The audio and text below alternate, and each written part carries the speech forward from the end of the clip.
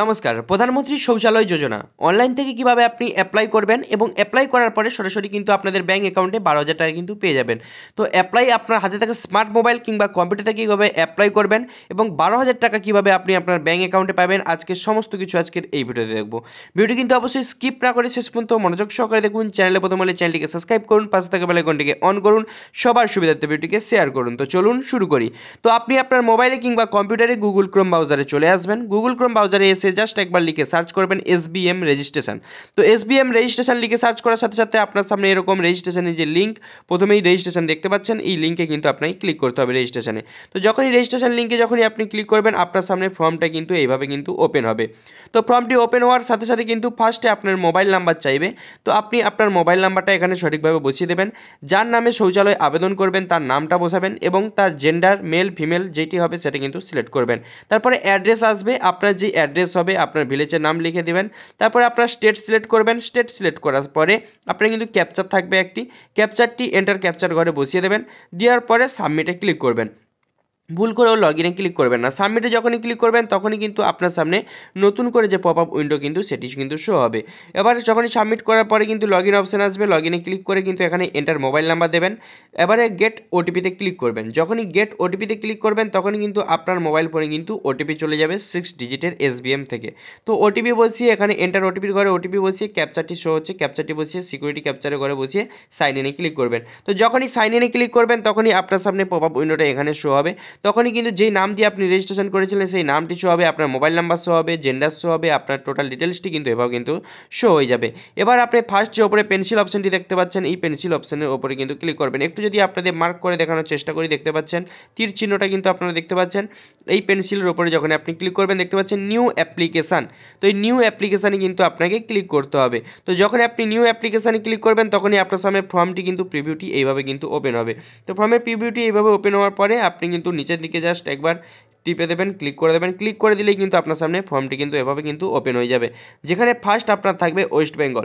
আপনারা যেহেতু আপনাদের মোবাইল অ্যাপ্লিকেশন থেকে আমি দেখানোর চেষ্টা করব, কম্পিউটার থেকে দেখানোর চেষ্টা করব না, কারণ বেশিরভাগই কিন্তু যারাই আপনাদের ভিডিওটি দেখছেন তারা কিন্তু মোবাইল থেকে কিন্তু অ্যাপ্লাই করার চেষ্টা করেন।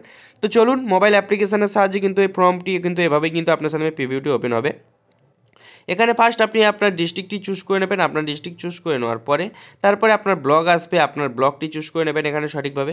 তো ব্লকটি চুজ করে নেওয়ার পরে আপনার গ্রাম পঞ্চায়েত আসবে, আপনার গ্রাম পঞ্চায়েতটি সঠিকভাবে এখানে ফিল আপ করে নেবেন।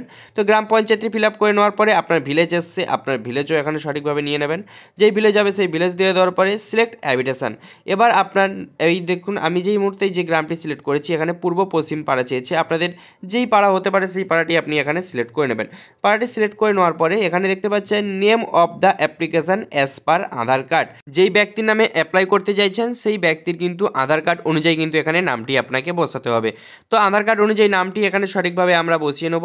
বসিয়ে নেওয়ার পরে এখানে দেখতে পাচ্ছেন পরবর্তীতে রয়েছে আধার কার্ড নাম্বার।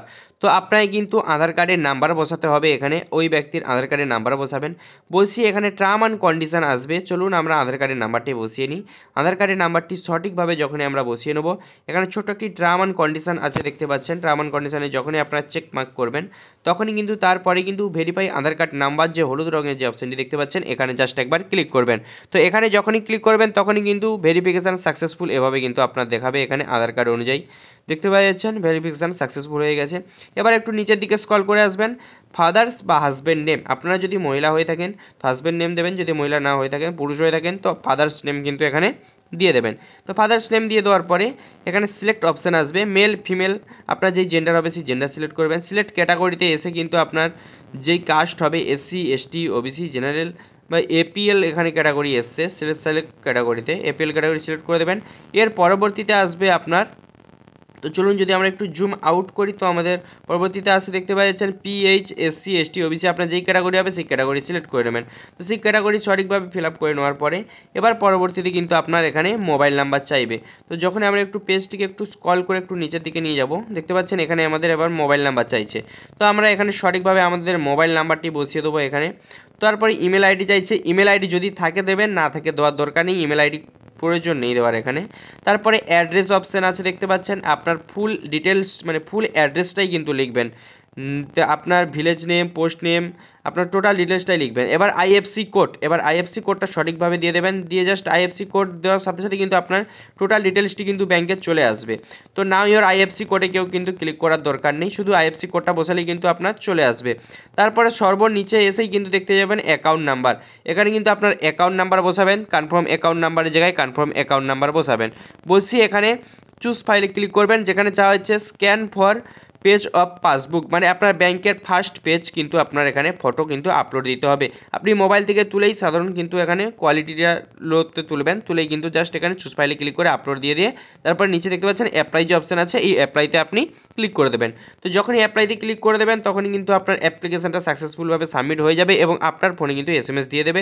তারপর ভিউ অ্যাপ্লিকেশানে চলে আসবেন। ভিউ অ্যাপ্লিকেশানে এসে কিন্তু ট্র্যাক স্ট্যাটাস যে অপশানটি আছে, ট্র্যাক স্ট্যাটাস কিন্তু আপনি ক্লিক করলেই কিন্তু আপনার যে অ্যাপ্লিকেশানটি সেটি কিন্তু এইভাবে কিন্তু প্রিভিউটি ওপেন হবে। টোটাল অ্যাপ্লিকেশান কিন্তু আপনি এভাবে কিন্তু দেখতে পাবেন।